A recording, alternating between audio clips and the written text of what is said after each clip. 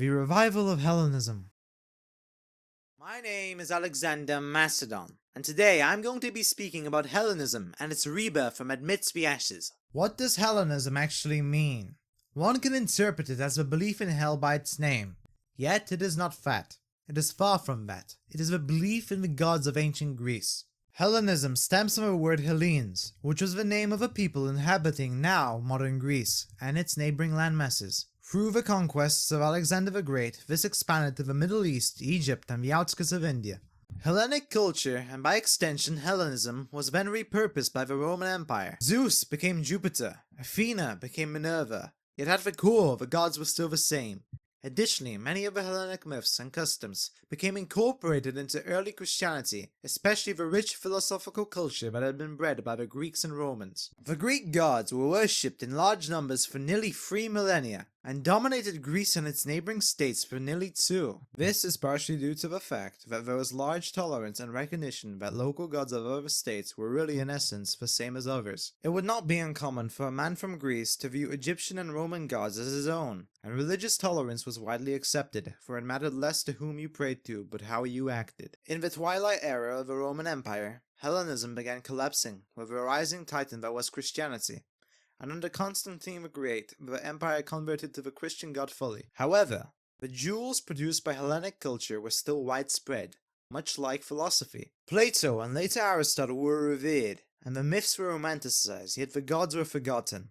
Well now, at the beginning of a new millennia, Hellenism is rising once more, and with it, so is virtue and beauty.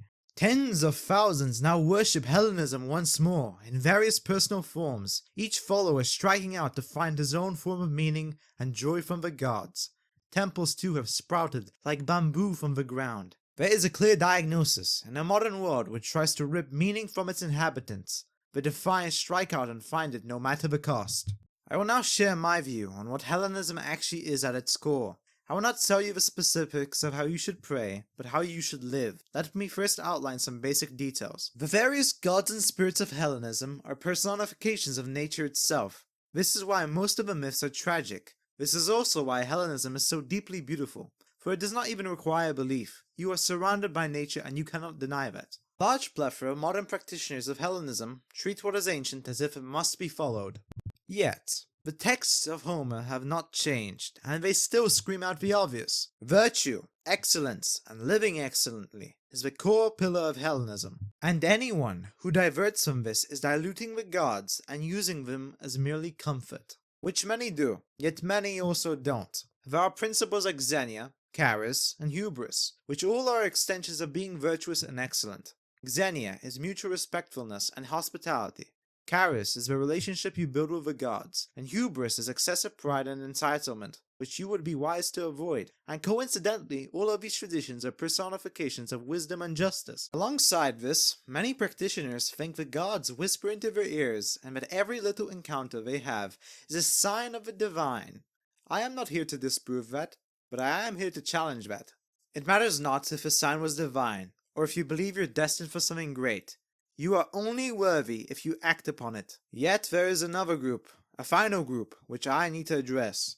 Those that profess themselves oracles, whom mislead for ego, or maybe are genuinely confused. That is not a title that you claim, it is one given to you by others. Many modern Hellenists also make symbolic sacrifices to the gods. There is no issue with that, it is honorable and noble. Some, however, divert, and commit the hubris of expecting the gods to hand them things simply for they honored them.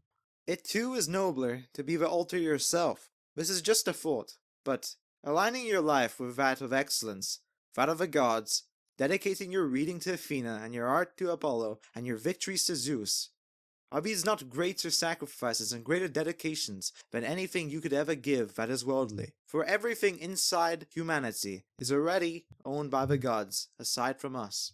Here is my advice to all of you, if I may be so bold. As a Hellenist, and as a man that has studied those that have honored the gods more than any of us, this is my advice. Honor the gods with something worthy of them. Do not use this faith as a crutch or merely a source of comfort, but a source of defiance and self-forged greatness. Act excellently and virtuously, and you will honor yourself and the gods more than most.